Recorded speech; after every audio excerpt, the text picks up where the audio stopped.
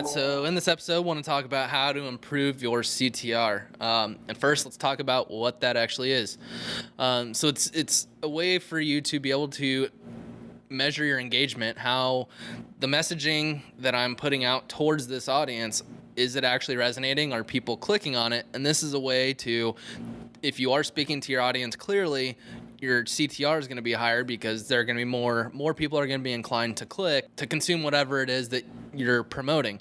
And so to come up with this number, it's basically you take the number of clicks you've had and divide it by the total amount of impressions. And so essentially it's a ratio, and the higher the percentages, the more people are clicking. So if you have 100 impressions or you show up 100 times and one person clicks, you have a 1% CTR. If you show up 100 times and 10 people click, you have a 10% CTR. So between those two percentages, you can tell if it's only 1 compared to 10, hey, this is reaching that audience a little bit better. What can we do to continually test and improve upon this messaging if this is what this audience is wanting or this resonates with? And so now you know a little bit more about it. It's important because, again, this is how the messaging is resonating with your audience. If you're spending money on Facebook, they're more of a CPM, or you get charged every 1,000 times your ad shows up. So if you're serving your ad and no one's clicking on it, you're spending money and no one's engaging with your content. And so it's kind of throwing money out the window or being inefficient with your dollars. And so what you can do is create different images, and what you can do to test or create different images, different copy, different what is it that's going to get this person to actually click. And so platforms like Google and Facebook, their ultimate goal is to make their user base happy, because the more users they have, the more advertisers are going to spend, because that's, at the end of the day, advertisers just want attention and eyeballs. And so if Facebook is where the people are, advertisers are going to want to put money there.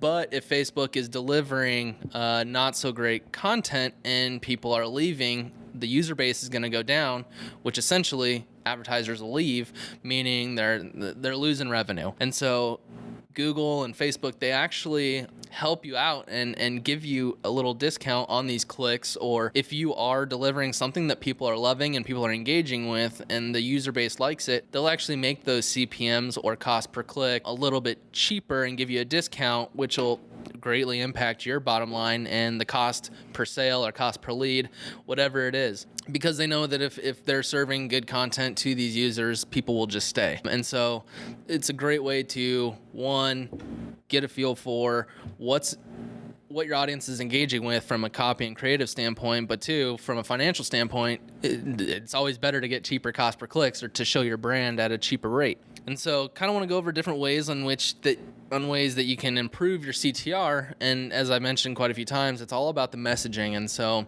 let's talk about Google for a little bit. It's splitting keywords into a smaller subset of groups. And so take a plumber, for example. If you can have all these different keywords, plumber, toilet, all these messaging the same way. Hey, we're plumber XYZ. We're your local service provider. Give us a call. Cool, but that shows who you are.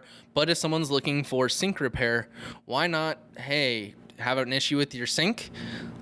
We've been specializing in sink repair for X amount of years. You're specifically speaking to what that person is searching for. And so at the end of the day, if someone's speaking to you and they're talking to you in what your interests are, chances are you're going to listen to them a little bit more. Same here. If someone is looking for how to install a toilet and you're talking about sink repair, chances are they're not going to click on you. And so you're serving that ad, not getting clicks, which lowers your CTR. So it all comes into messaging and then really what that person is trying to find. Creating ads that really speak to that audience is so crucial. It does take time, but if you can speak to someone in a way that they're actually wanting, they're going to engage with you, which leads to sales. Now let's shift gears a little bit and go over to Facebook.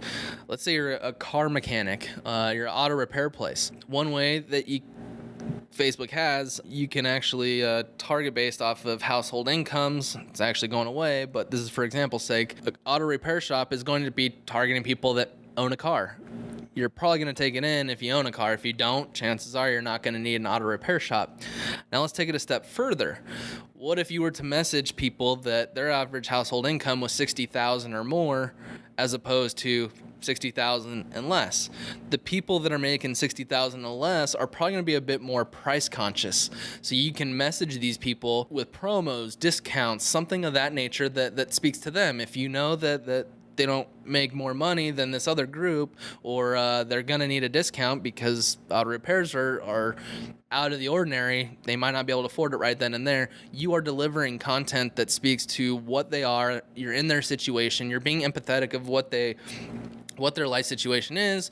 And so delivering messaging around saving money, that's going to resonate much more than we can save you time, whatever it may be. But on the other end, people that are making their household incomes of $60,000 or more, a discount isn't going to mean as much to them. Value add, time, all of those types of things might resonate a little bit better with them. So you can message them with quick repairs. We have you in and out within an hour, whatever it may be. At the end of the day, it comes down to knowing your audience and who these people are and speaking to them. I mean, in a real life situation, when you're thinking of friends, think of someone that you just met. Think of someone that you've known for 10 years. How are those conversations a bit different? You know more about this person. You can speak more to what they like. Here, you're really trying to figure out who they are. So your conversations are different. What you say to that person is a little bit different. Your mannerisms are a little bit different. And so really it's identifying what audiences are we targeting. And so part of our job or what I do is go through all these different audiences and build personas. We have Bob, who makes a ton of money with no kids. We'll message him differently than this newly married couple that has a kid on the way. We'll message them differently than someone that has just bought their dream car. They're going to want to take a little bit more care of that. But it's building all these different personas and really figuring out what it is that makes them tick, what makes them happy. At the end of the day, it's figuring out what they value in life. And if you can speak to what they value in life, you're going to get better engagement, which increases that CTR, which, going back to the platforms see it. Ultimately, you're going to have cheaper cost per clicks and whatnot. And so ultimately, one, you're creating an awesome relationship with that user because they can see that you're messaging them, or even if they don't know it or know that you're doing it subconsciously, wow, this person gets me. People love to feel that connection, that human connection, and so they really feel that, and so they'll be more inclined to engage with your brand. And two, it's just good. It's why not take the time to really speak to your audience? And so from a financial standpoint, it helps your bottom line and get more with the same amount of budget. Once you max that out, you can then expand. But ultimately, being mindful of this CTR is super crucial because it really guides, is what we're doing, is what we're producing in line with what this audience likes? If not, what other content, what other way can we speak? And this is what I love, and it's kind of like a mystery type thing where, all right, that didn't work, what else can we say? That didn't work, what else can we say? Okay, that worked, what else can we say on top of that's going to help? Okay, that didn't work. And over the course of 6 months, 12 months, 2 years, you find all these little golden nuggets that speak to different personas, different audiences, and over time you're gonna see the performance follow because you're doing a better job at just sitting down and having a digital conversation. And I think that's where a lot of the messaging gets lost is, oh, it's digital. They'll just know that, you lose the human element. You lose the wanting to connect one-to-one. If people come into your store, you get people on the phone, you're going to message them differently as you learn more about them in your conversation. Same goes for here, and that's the beauty about digital marketing. We have so much data that you can identify people that are in market for this, for that. Google has different affinity targets or personality type targets where they're a business professional, they're a single mom, and so being able to know where someone is at in life and who they are and really what makes them tick, it's all about just producing content that really speaks to that. Sure, it takes time, but that time is such a small cost for the ROI that it drives by just messaging in a right way.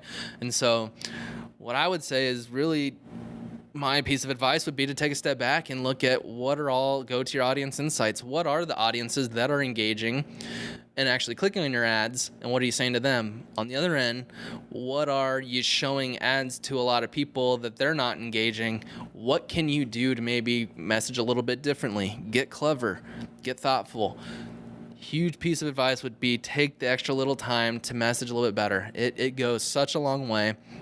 Not only from a financial standpoint, but people like that connection. So you build that brand loyalty, that trust, and it just drives sales. So take a look at who you're targeting and what you're saying to them, and then take a step back and does that make sense?